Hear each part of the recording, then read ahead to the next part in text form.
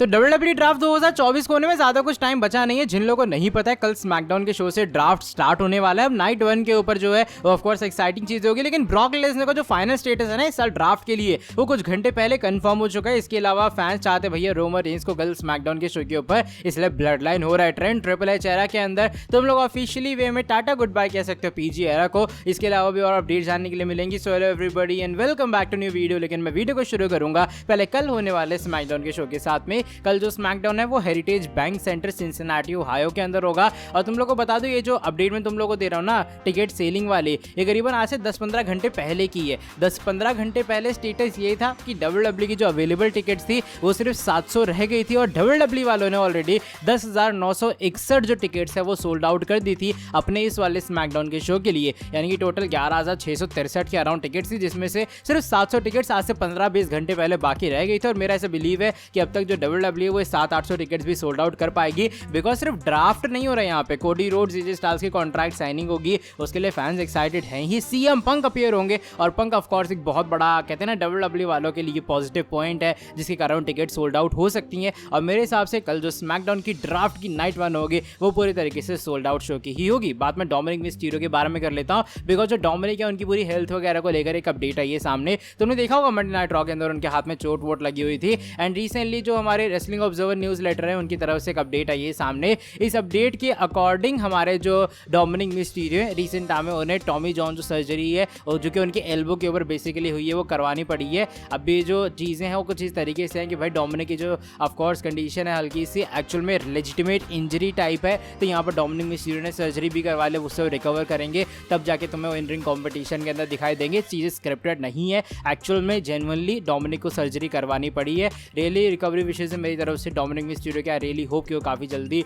ठीक हो जाए और एक बार फिर से इन रिंग कॉम्पिटिशन के अंदर कंपीट करते हुए नजर आए। फिलहाल ऐसा कोई टाइमलाइन नहीं है ये सामने कब डोमिनिक एक बार फिर से पूरे फिट एंड फाइन हो जाएंगे, लेकिन एक एल्बो सर्जरी है तो कुछ तो टाइम थोड़ा लगने ही वाला डोमिनिक को। बात हम लोग रोमन रेंस के बारे में, ब्लड लाइन के बारे में कर लेते हैं, बिकॉज ड्राफ्ट होने में ज़्यादा कुछ खास टाइम बचा नहीं है। और यहाँ जो फैंस है भाई वो एकदम रोमन रेंस के पीछे पड़ गया कि रोमन चाहिए हमें। तो इवन अगर तुम लोग को याद होगा जो WWE ड्राफ्ट का पूरा पूल है उसके अंदर रोमन रेंस इंक्लूड किए गए हैं। विदाउट चैंपियनशिप उनका रेंडर है, यानी कि पूरा अपडेटेड चीज़ें हैं। रोमन रेंस को भी ड्राफ्ट के अंदर यूज़ किया जाएगा। अब वो कौन सी पिक बनते हैं, पहली, दूसरी, तीसरी, चौथी, वो तो बात की बात है। लेकिन रिसेंटली ट्विटर के ऊपर ब्लड लाइन ट्रेंड हो रहा है, स्क्रीनशॉट में डाल दूंगा, तुम लोग देख लेना। और मेरे हिसाब से दोपहर से ट्रेंड हो रहा था भाई, एकदम भयंकर वाला ब्लड लाइन चाहिए, ब्लड लाइन चाहिए, रोमन चाहिए। तो ये कुछ चीज़ें फिलहाल अच्छी खासी हाइप बनी है ड्राफ्ट से पहले। और ऑफकोर्स एक बहुत बोल्ड प्रेडिक्शन है वो ये कि blood line Monday night raw के अंदर जाएगी। एंड जो रोमन रेंस है फैंस अपीयरेंस चाहते हैं उनके, लेकिन मैं तुम लोग क्लैरिफाई कर दूं कि रोमन रेंस कल स्मैकडाउन के शो के लिए फिजिकली वे में शेड्यूल नहीं है, तो ऑफकोर्स वो ड्राफ्ट का पार्ट बन सकते हैं, WWE उनको चूज कर सकती है।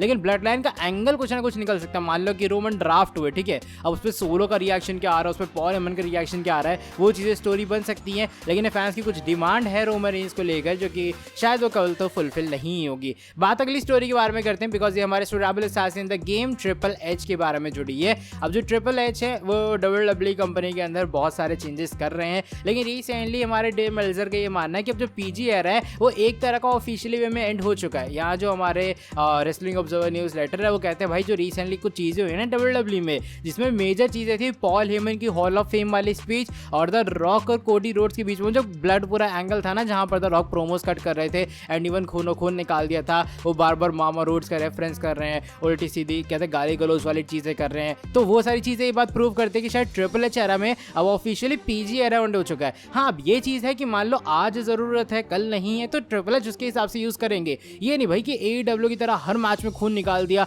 हर मैच में फालतू गाली गलौज चल रहा है, तो वैसा तो बिल्कुल नहीं होगा। लेकिन हाँ, इससे ये पता लग रहा है कि ट्रिपल एच अब थोड़ा और क्रिएटिव वे में चीज़ें सोच रहे हैं। होता था ना पहले तो भाई पूरी रिस्ट्रिक्शन, बीप आ रही है, बीप के बंदे को वर्ड नहीं बोलने दिया जा रहा था। द रॉक तो एकदम खुलेआम रेफरी को बोल रहे हैं, इधर बोल रहे हैं, उधर बोल रहे हैं। तो पीजी एरा धीरे धीरे करके ऑफिशियली वे में एंड हो ही चुका है WWE के अंदर, ये रिपोर्ट्स का भी मानना है। एंड बाकी देखो क्या होता है आने वाले टाइम में। फिलहाल तुम लोग को ये कुछ अपडेट में देना चाह रहा था, क्या पीजी एरा के जाने से तुम लोग खुश हो? अपना ओपिनियन तुम लोग शेयर कर देना कमेंट सेक्शन में। लेकिन अब चलो बढ़ते हैं आज की हमारी नेक्स्ट एंड फाइनल स्टोरी की तरफ। ये ब्रॉक लेसनर के बारे में जुड़ी है। लेसनर हमारे बीस्टी बॉय WWE के अंदर वापस कब आएंगे मुझे पता है, अब वो एकदम कहना है सबको बेसब्री से इंतजार है कि एक बार फिर से कब आते हैं हमारे वापस बीस्ट इनकारनेट। लेकिन रिसेंटली फाइटफुल की तरफ से एक लंबी चौड़ी लिस्ट आई सामने। फाइटफुल सिलेक्टर ये मानेंगे भाई ये वो कुछ सुपरस्टार है जिन्हें ऑफिशियली वे में ओमिट कर दिया गया है या फिर एक तरह का निकाल दिया गया पूरे ड्राफ्ट के पूल से, ड्राफ्ट की लिस्ट से इस साल। और इसके अंदर ब्रॉक लेसनर का भी तुम्हें नेम दिखाई दे रहा होगा। Last year Lesnar of course draft का पार्ट थे, लेकिन अब ये बात फाइटफुल की तरफ से कंफर्म है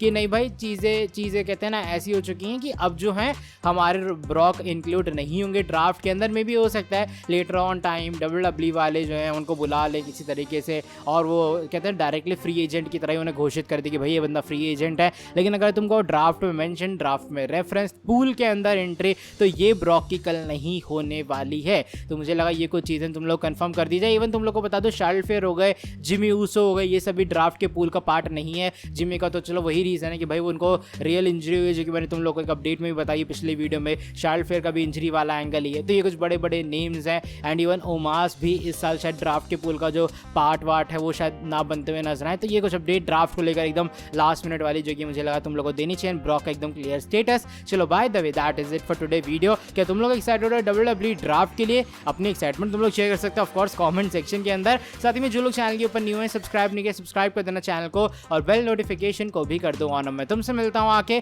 नेक्स्ट वीडियो के अंदर बहुत ज़्यादा जल्दी। Till then bye bye, take care.